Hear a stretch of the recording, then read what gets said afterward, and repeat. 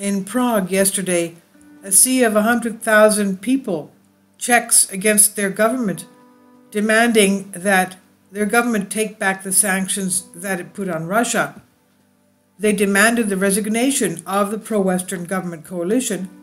The huge demonstration in Prague by 100,000 Czechs, 70,000 according to the police, was reminiscent of a popular uprising, wanting to express their opinion to the pro-Western government and the sanctions against Russia that have brought the European people to the brink of despair due to the economic crisis and the growing prices in energy. But it's not only that. As I posted yesterday, what's happening is because of the tremendous energy costs, European companies are fleeing Europe, going to the other side of the Atlantic, and they're being helped by new laws put in place by the American government. And the leaders of France and Germany have just now recently understood that this is a ploy against Europe, because every company that can leave will leave if they don't close down to go across the Atlantic to the United States for cheaper energy. Now, protesters have called for the resignation of the government that has plunged the Czech Republic into an unprecedented economic crisis while fully aligning itself with the policies of the European Union and the United States.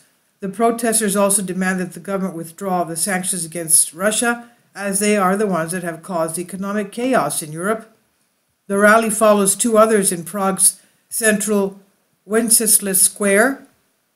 The American newspaper Washington Post, clearly disturbed by the demonstration, wrote the following astonishingly: while the slogan "Czech Republic First," a reference to former U.S. President Donald Trump's nationalist platform, the protest united the far right and the far left and various fringe groups. Its organizers are known for their pro-Russian views and oppositions to vaccines for COVID. With rising energy, food, and housing prices hitting the country, protesters have demanded the resignation of the coalition government led by Conservative Prime Minister Peter Fiala. Protesters are repeatedly condemning the government for its support of Ukraine and European Union sanctions against Russia, oppose the Czech Republic's accession to the European Union, NATO, and other international organizations. Russia is not our enemy. The warmonger government is the enemy, said one speaker.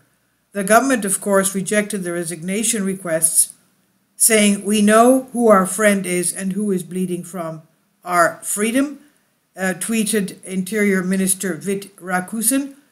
And we know, he said, also know who our enemy is.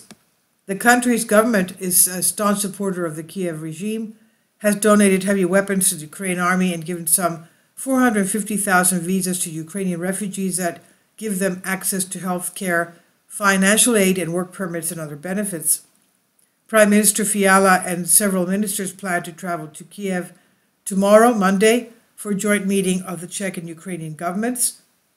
Fiala said yesterday, "We strongly support the justified struggle of the Ukrainian people against Russian aggression."